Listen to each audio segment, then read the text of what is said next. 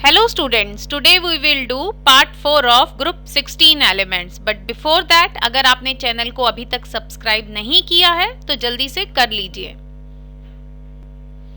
आज हम पढ़ने वाले हैं ओजोन के बारे में। ओजोन का फॉर्मूला होता है O3। तो चलिए शुरू करते हैं ओजोन से। Now this ozone is an allotrope of oxygen. It is too reactive to remain for long time in the atmosphere at sea level. So it is present in stratosphere. Now at a height of about 20 kilometer, oxygen in presence of sunlight get converted into ozone. Now this ozone layer protect the earth's surface from excessive concentration of UV radiation. So it is also responsible for life on the earth's surface. Now the preparation of ozone. We can prepare ozone from oxygen by passing silent electric discharge. यहाँ पे silent electric discharge word को underline कीजिए। इससे related एक question है जो मैं अभी डिस्कस करने वाली हूँ। सो हम ओजोन को ऑक्सीजन से बना सकते हैं by passing silent electric discharge. ये जो रिएक्शन होता है जिसमें oxygen is converting to ozone, ये एक इक्विलिब्रियम रिएक्शन होता है और इस रिएक्शन में after the reaction is over we get a mixture of oxygen and ozone, जिसमें ओजोन की कंसंट्रेशन लगभग 10% होती है और इस मिक्सचर को हम बोलते हैं ozonised oxygen. Now this reaction of conversion of oxygen to ozone is endothermic. तो यही जो एंडोथर्मिक प्रोसेस है, यही बेसिस आता है कि हम जो है इस रिएक्शन के लिए साइलेंट इलेक्ट्रिक डिस्चार्ज क्यों यूज कर सकते हैं। सो क्वेश्चन हो सकता है साइलेंट या sparkless electric discharge is required to prepare ozone from oxygen. अब साइलेंट इलेक्ट्रिक डिस्चार्ज का मतलब होता है current is used at very high voltage and it consumes a large amount of energy. तो ये जो इलेक्ट्रिक डिस्चार्ज होता है which is silent, it produces less heat. तो less heat की वजह से ओजोन दोबारा से ऑक्सीजन में कन्वर्ट नहीं हो पाता है। तो इसी वजह से it is necessary to use silent electrical discharge so as to prevent the decomposition of ozone to oxygen as it produces less heat. Next are properties of ozone. Ozone की अगर बात करें तो ये पेल ब्लू कलर की gas होती है और अगर आप इसको लिक्विड बना दें तो ये डार्क ब्लू कलर का लिक्विड होता है और सॉलिड होने पे इसका कलर हो जाता है violet black. Now it has a very characteristic smell. In very small concentration, ozone harmless होती है, लेकिन अगर कंसंट्रेशन 100 ppm से ज्यादा हो जाए तो ब्रीथिंग प्रॉब्लम्स हो सकती हैं, breathing become difficult. Now the important question, why is it dangerous to store ozone in high concentration? Ozone को हाई कंसंट्रेशन में स्टोर करना बहुत डेंजरस होता है। The reason for this is ozone is thermodynamically unstable with respect to oxygen. Ozone जो है वो फटाफट ऑक्सीजन में कन्वर्ट हो जाता है because it is thermodynamically unstable. और जब ओजोन ऑक्सीजन में कन्वर्ट होता है तो इस रिएक्शन के लिए delta H is negative, mean this is highly exothermic process. और साथ ही साथ entropy is positive, mean entropy is increasing. अगर आप इक्वेशन देखेंगे, 2 molecules of ozone are converted into 3 molecules of oxygen. It means entropy increase कर रही है, तो आपका डेल्टा S जो है वो पॉजिटिव है। और हमें पता है कि डेल्टा जी या जिसे गिब्स फ्री एनर्जी बोलते हैं उसका फॉर्मूला होता है delta H minus T delta S. तो डेल्टा एच और के नेगेटिव और डेल्टा एस के पॉजिटिव होने से delta G become highly negative and the process of conversion of ozone to oxygen is now highly spontaneous। और यही रीजन है कि हम ज़्यादा अमाउंट में ओजोन को स्टोर नहीं करते हैं, बिकॉज ये जो प्रोसेस होता है ये बहुत ज़्यादा एक्सोथर्मिक भी होता है, तो काफ़ी सारी हीट इवॉल्व होती है, so it can be very dangerous to store ozone in high concentration. Now we will discuss the oxidizing nature of ozone. Ozone is a very powerful oxidizing agent. अगर आपसे कभी पूछ लिया जाए कि what is the reason behind the oxidizing nature of ozone, so reason will be due to its ease with which it liberate atoms of nascent oxygen. Ozone आसानी से nascent oxygen liberate करता है which is responsible for oxidising properties of ozone. इसके लिए हम एक reaction देख लेते हैं जो कि कंप्लीट द इक्वेशन में आ सकता है और बहुत इंपॉर्टेंट भी है। इसमें ozone oxidises lead sulphide. Lead sulphide का फॉर्मूला होता है PbS to lead sulphate. Lead sulphate का फॉर्मूला होता है PbSO4। तो इक्वेशन देख लेते हैं, PbSO4 plus 4O3 gives PbSO4 plus 4O2। तो इसमें आप देख सकते हैं जो लेड सल्फाइड है जिसमें सल्फर का ऑक्सीडेशन स्टेट है -2, ये क्या हो रहा है, ये ऑक्सीडाइज होकर PbSO4 जिसमें सल्फर का ऑक्सीडेशन स्टेट है +6 उसमें कन्वर्ट हो रहा है। मीन सल्फर -2 से +6 बन रहा है, मतलब क्या हो रहा है, ऑक्सीडाइज हो रहा है। तो ozone is oxidising this sulphide to sulphate. तो ये अगर इक्वेशन आ जाती है तो अब आप लिख सकते हैं इसे। So next is quantitative estimation of ozone. You have given a sample और आपको बोला जाए इसमें कितना ओजोन प्रेजेंट है निकालिए या ओजोन की कंसंट्रेशन निकालिए। तो हम कैसे निकालेंगे, वो प्रोसीजर देखने से पहले हम ये जान लेते हैं कि during the estimation of ozone हमने किस रिएक्शन को बेसिस माना है। असल में क्या होता है, ozone is an oxidising agent. It can oxidizes iodide ion, मतलब I- ion to iodine I2। So इसी रिएक्शन को यूज करेंगे हम during quantitative estimation of ozone.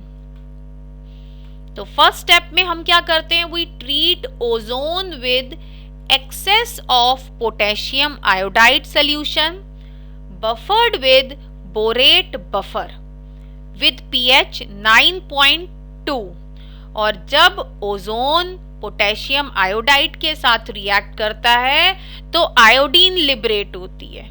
तो हम रिएक्शन भी देख सकते हैं कि I- जब ओजोन के साथ रिएक्ट हो रहा है तो आयोडीन I2 लिबरेट होती है।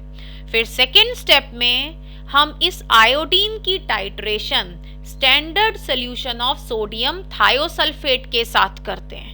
स्टैंडर्ड सोल्यूशन का मतलब होता है ऐसा सोल्यूशन जिसकी कंसंट्रेशन आपको ऑलरेडी पता हो। जब उसको आयोडीन के साथ ट्रीट किया जाता है then by using the formulas हमें आयोडीन की कंसंट्रेशन पता लग जाती है। अब इस आयोडीन की कंसंट्रेशन से हम ओजोन निकाल लेते हैं, मीन इनडायरेक्टली हमें ओजोन की कंसंट्रेशन मिल जाती है। अब इस पार्ट में दो इंपॉर्टेंट क्वेश्चंस बनते हैं। पहला क्वेश्चन कि right the reaction between iodide ion and ozone, या आपको कंप्लीट द इक्वेशन आ सकती है।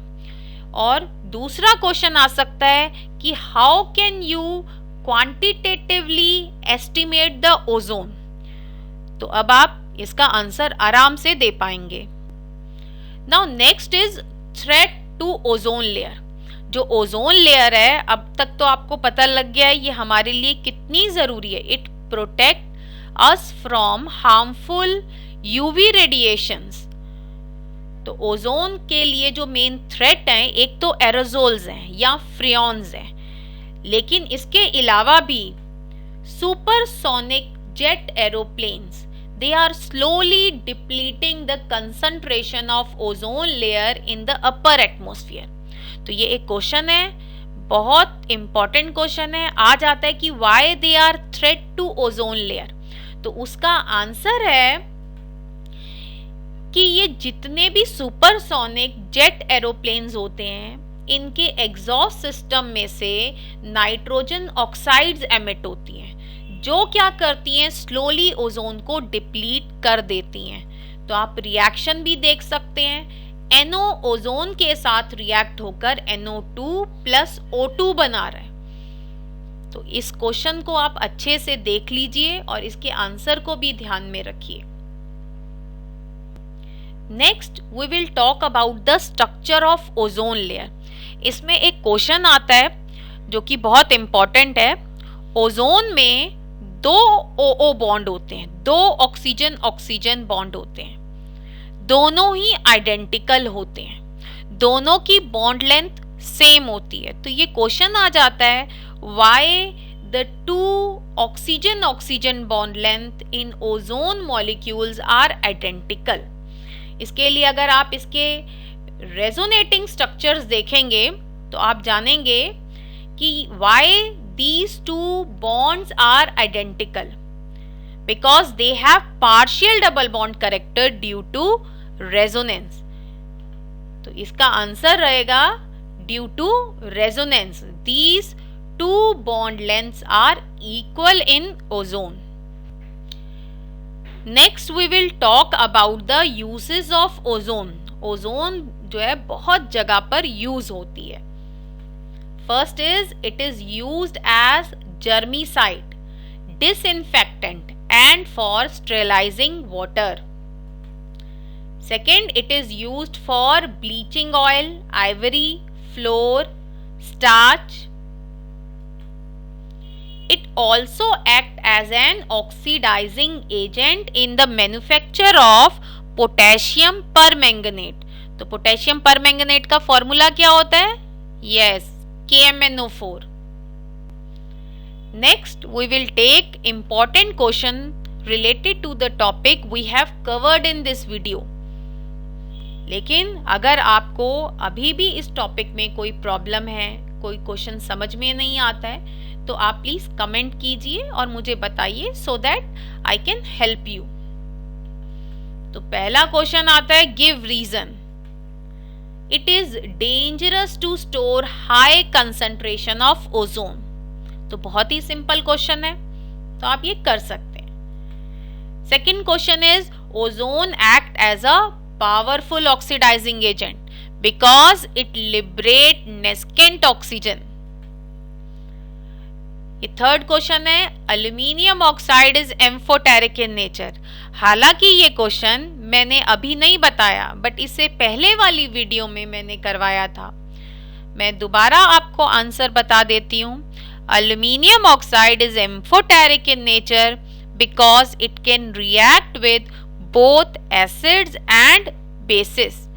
और आप जो है इक्वेशन लिख दीजिएगा एल्यूमिनियम ऑक्साइड की HCl के साथ, और दूसरी इक्वेशन लिखिएगा एल्यूमिनियम ऑक्साइड की NaOH के साथ। इससे अगला क्वेश्चन है, how is ozone estimated quantitatively. Ozone को हम क्वांटिटेटिवली कैसे एस्टिमेट कर सकते हैं? तो यहाँ पे आप वो 2 स्टेप्स लिख देंगे, जिसमें पहले हम ओजोन का रिएक्शन पोटेशियम आयोडाइड के साथ करते हैं तो आयोडीन लिबरेट होता है। सेकेंड स्टेप में ये जो आयोडीन लिबरेट होता है, it is titrated against standard solution of sodium thiosulphate, जिससे हमें आयोडीन की कंसंट्रेशन पता लगती है। फिर आयोडीन की कंसंट्रेशन से हमें ओजोन की कंसंट्रेशन पता लग जाती है। Next question is, two oxygen bonds in ozone are identical. तो आंसर आएगा because of resonance. And next is silent electric discharge is required to prepare ozone from oxygen. So answer will be silent electric discharge is required because it produces less heat and so we can prevent the decomposition of ozone back to oxygen. Next is supersonic jet aeroplanes are threat to ozone layer. तो इसमें आपने एक तो equation लिखनी है NO की और ozone की, जिसमें NO जो है वो NO2 में कन्वर्ट हो रहा है और ओजोन जो है वो ऑक्सीजन में कन्वर्ट हो रही है. और साथ ही साथ आप ये चीज लिखेंगे the nitrogen oxides emitted from the exhaust of supersonic jet aeroplanes slowly depletes the ozone layer. आप इसमें इक्वेशन जरूर लिखिएगा. So next is complete the reaction. तो इसके अंदर आप को अभी मैंने बताया कि दो रिएक्शन इंपॉर्टेंट है. तो एक है the reaction of iodine with ozone, तो ये जरूर आ सकता है, इसको जरूर करिएगा. Then reaction of lead sulphide with ozone, तो इसमें भी ओजोन जो है एज एन ऑक्सीडाइजिंग एजेंट काम करता है. And the last question is which aerosol depletes ozone. तो आंसर क्या होगा? फ्रियॉन्स और CFCs accelerate the depletion of ozone. I hope आपको आज का वीडियो पसंद आया होगा, तो प्लीज लाइक करिए and subscribe the channel. Thank you.